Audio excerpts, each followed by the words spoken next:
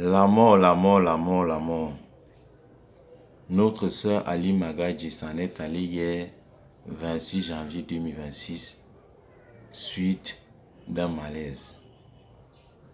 Un malaise à 36 ans, que c'est très tôt, malgré que l'homme, aussitôt il naît, il est déjà assez vieux pour mourir. On ne va pas le renier. Mais il y a des morts qui font tellement mal. Il y a des morts qu'on n'a pas vraiment envie d'admettre. Halima est partie à fleur de l'âge. Halima est partie sans toutefois accomplir sa mission. Parce qu'on se souvient, sur sa page Facebook, quelques heures avant son décès, elle annonçait un nouveau casting pour un nouveau projet cinématographique.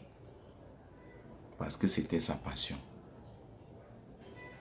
Comme le bandit arrive et passe soit par la fenêtre, soit par le plafond ou par la porte, et nous prend et nous amène.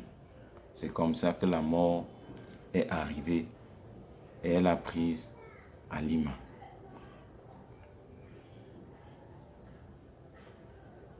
Que c'est douloureux, que c'est pénible, que c'est difficile à accepter pour ceux qui l'ont connu, pour ses proches, pour sa famille. Ça fait mal. On posera la question, pourquoi elle? Mais ça devait être qui d'autre? C'est le Seigneur qui en a décidé ainsi. Il était temps pour elle de partir de ce monde. Elle aura impacté et marqué son temps à sa manière. Et Dieu a jugé utile de l'appeler, car elle a travaillé, elle a laissé son empreinte. La mort vient nous rappeler la subtilité de la vie. Et elle nous rappelle aussi que nous ne sommes rien.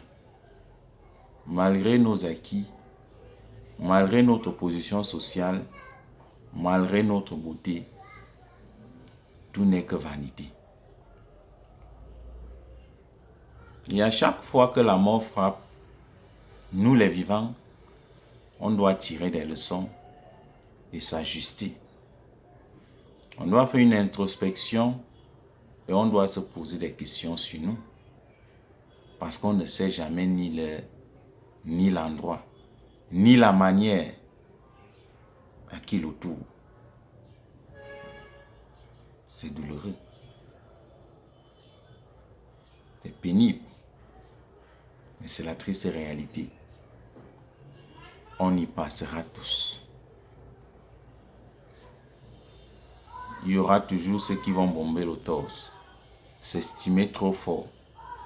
Mais on finit tous sous terre. Oui. Tôt ou tard, on ira de ce monde. Et rien ne nous appartient. On part comme on est venu, les mains, les pieds. Comme on dit souvent, on est poussière et on retournera poussière. Je voulais rappeler une chose. Prêtons attention autour de nous. Prêtons attention à ce qui nous entoure. Prenons le temps de prendre soin des gens qui comptent pour nous. Parce que c'est quand il se fait tard qu'on réalise qu'on n'a pas été là pour l'autre. Ou qu'on se montre hypocrite pour faire croire à l'autre qu'on tenait à lui. Voilà le propre de l'homme africain. On verra les pages Facebook et les statuts WhatsApp inondés de RIP reposent en paix. Pourtant, de son vivant, peu de gens ont pensé à vanter cette dernière en montrant au monde qui elle était. On a remarqué une chose, c'est après notre mort qu'on devient célèbre, que le monde nous découvre. Pourtant, on a toujours existé. On a toujours été au milieu des gens. Mais personne ne nous valorise réellement tant qu'on est vivant. C'est dans notre mort qu'on se retrouve d'être célèbre. Quelle hypocrisie! L'homme devrait se rendre compte qu'il est ridicule. Nous sommes ridicules. Faisons attention. Tendons l'oreille à chaque cri de celui qui est à côté de nous.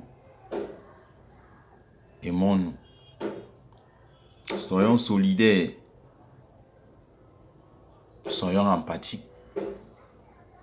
Essayons de comprendre les gens autour de nous au lieu de les écouter tout simplement. Valorisons et célébrons nos vivants. Ayons de la gratitude et de la reconnaissance à la vie et à tout ce que la vie nous offre. Valorisons nos relations humaines. Halima est partie aujourd'hui. Elle nous a laissés dans la tristesse. On imagine la peine de sa famille, de ses proches. C'est toute l'Afrique qui est en deuil. Nos condoléances à la famille. Nos condoléances à ses amis, à son entourage. Nos condoléances à la nation sénégalaise. Halima a été héroïque. Elle a fait son temps. Elle a marqué son époque. Elle a laissé de son empreinte. Elle a écrit l'histoire à sa manière. Elle restera gravée dans nos mémoires. Halima, de là où tu es, brille et continue à briller. On ne t'oubliera jamais pour toute l'éternité. Nous t'aimons